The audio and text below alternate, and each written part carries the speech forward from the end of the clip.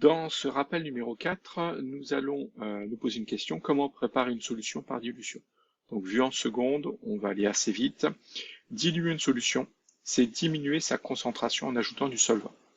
Donc, c'est simplement qu'on a déjà une solution préparée, qu'on va appeler solution mère, et on va fabriquer une solution fille en ne rajoutant que du solvant. Le solvant, pour nous, dans 90% des cas, c'est l'eau. On va simplement rajouter de l'eau. Donc en fait, on ne peut que diminuer la concentration de l'espèce chimique. On ne peut pas l'augmenter vu qu'on ne rajoute que de l'eau. Pour préparer un volume fille d'une solution fille S1 à la concentration CM1, j'ai oublié de supprimer les CM. Voilà, c'est corrigé. CM, c'était la concentration massique. En seconde, on avait la concentration massique. Maintenant, on travaille en concentration en quantité de matière, donc c'est tout court. Donc, pour préparer donc un certain volume de solution fille, la solution s'appelle S1, avec une concentration en quantité de matière de la solution fille connue. On va utiliser une solution mère qui s'appellera S0, S pour solution 0 parce que c'est la solution de départ, à une certaine concentration, qui est bien sûr connue.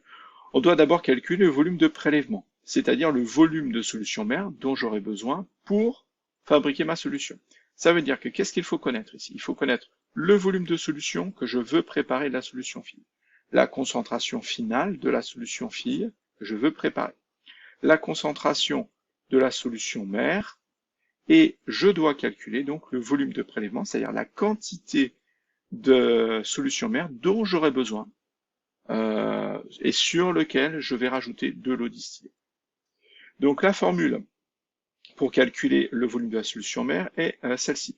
Donc on va avoir F qui est le facteur de dilution, qui va être toujours le plus grand divisé par le plus petit. Donc concentration de la solution mère divisé par concentration de la solution fille, ou volume de la solution fille sur volume de prélèvement. Et le volume de prélèvement, c'est on prélève de la solution mère. C'est toujours le plus grand par le plus petit. La concentration de la solution mère est plus grande que la concentration de la solution fille. Et le volume de la solution fille à la fin sera plus grand que le volume de prélèvement de la solution mère. Pourquoi? Parce qu'on a rajouté de l'eau. Donc les concentrations sont en mol par litre et les volumes sont en litres ou en millilitres. Ici, il faut avoir la même unité. Si vous les mettez en litres tous les deux, il n'y a pas de souci. Et si vous les laissez en millilitres tous les deux, il n'y a pas de souci. Ensuite, une petite remarque, diluer 5 fois, c'est en fait diviser la valeur de la concentration par 5. C'est-à-dire que la concentration de la solution fille sera 5 fois plus petite que la concentration de la solution mère. Et comment on fait ça? En multipliant le volume par 5. C'est-à-dire que le volume de la solution fille sera 5 fois supérieur au volume de prélèvement de la solution mère. Et dans ce cas, F, qui est appelé le facteur de dilution, sera égal à 5. Il n'y a pas d'unité. Donc quand on dit diluer 5 fois, on a un facteur de dilution qui vaut 5. On divise par 5 la concentration en multipliant par 5 le volume. Voilà comment ça marche. Un petit schéma du montage un petit peu expérimental pour faire la dilution. Et moi, je vais partir sur une petite animation pour se le remettre en tête. C'est très très très important. Vous devez le savoir sur le bout des doigts. C'est indispensable. Donc, on est parti. On va partir de cette animation. On va suivre pas à pas. Donc là, je vais rincer une pipette jaugée. Une pipette jaugée, elle peut avoir un trait ou deux traits. Celle-ci a deux traits. Regardez. Un trait, deux traits. Ça veut dire quoi, un trait ou deux traits? Ça veut dire que si elle n'y avait qu'un trait en haut, ça veut dire qu'il y avait 10 millilitres. Ici, c'est une pipette jaugée de 10 millilitres. Ça veut dire qu'il y aurait 10 millilitres entre ce trait et le bas de la pipette. Deux traits, ça veut dire qu'il y a 10 millilitres entre ce trait de jauge et ce trait de jauge. Donc ça, c'est important. Donc là, pour l'instant, on rince. Il faut rincer. Donc, si jamais la pipette n'était pas propre, on rince. Ensuite, on va prendre de la solution mère et on va à nouveau rincer la pipette avec la solution mère pour éliminer les traces d'eau distillée présentes dans la pipette. Donc, je remplis à fond ma pipette et je vide ma pipette dans le bécher poubelle. Donc, il est évident que là,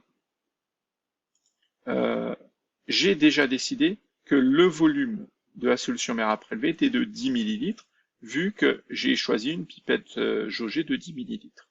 Ensuite, je vois qu'il y a une fiole jaugée de 100 millilitres. C'est-à-dire que j'ai déjà décidé que le volume de la solution fille à préparer serait de 100 ml. Donc on passe de 10 ml à 100 ml. On va multiplier par 10 le volume, donc on aura un facteur de dilution F de 10. C'est-à-dire que je fais une dilution par 10. Ça veut dire que la concentration de la solution mère sera divisée par 10 quand j'aurai fabriqué la solution fille. Donc ça, maintenant qu'on a ça en tête, on relance. Donc maintenant, je vais prélever mes 10 ml à l'aide de la pipette jaugée. On doit avoir la pipette jaugée qui est toujours verticale. Là, vous pouvez incliner le bécher pour caler la pipette jaugée dans le fond du bécher.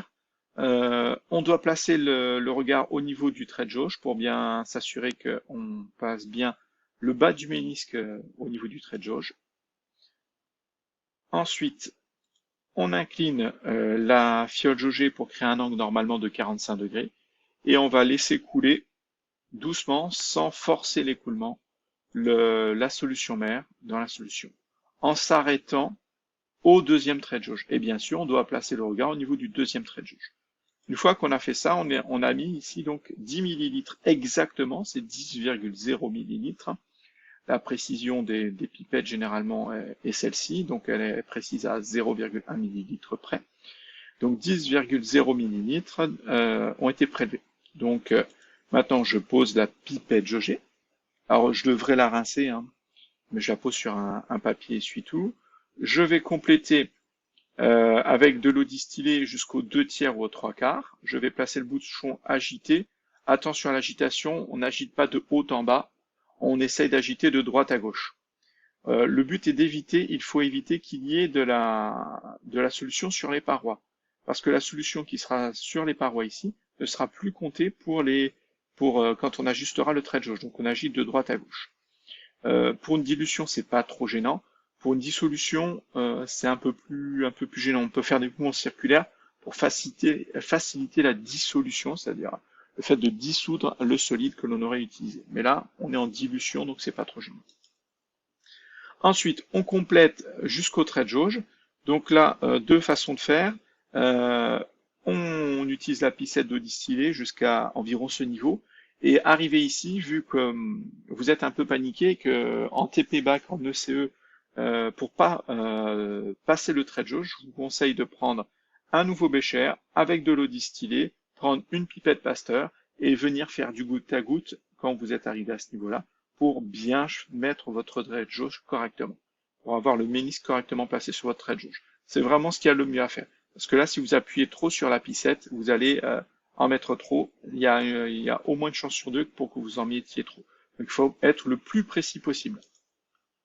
Donc une fois que le trait de jauge est bien fait, il ne reste plus qu'à agiter en mettant le bouchon. Là, on peut agiter de haut en bas. La solution est terminée, donc il n'y a plus de souci.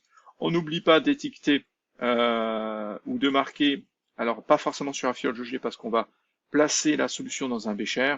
Généralement, on ne la laisse pas, on ne l'utilise pas dans la fiole jaugée. La fiole jaugée est juste du matériel pour un récipient pour fabriquer une solution. On va le placer sur un bécher et on marque absolument sur tous nos béchers l'utilité du bécher. Donc là, elle va contenir SF, par exemple, solution fille, ou S1. Et ce bécher-là contenait S0, la solution mère, ou SM. Et ça, c'est le bécher poubelle. Pour ne pas confondre vos différents béchers, parce que regardez, ils auront à peu près tous la même couleur. Donc il faut savoir s'y retrouver. Le papier essuie-tout est aussi important pour poser le matériel et pour pas avoir à nettoyer systématiquement à chaque fois, pour pas perdre trop de temps.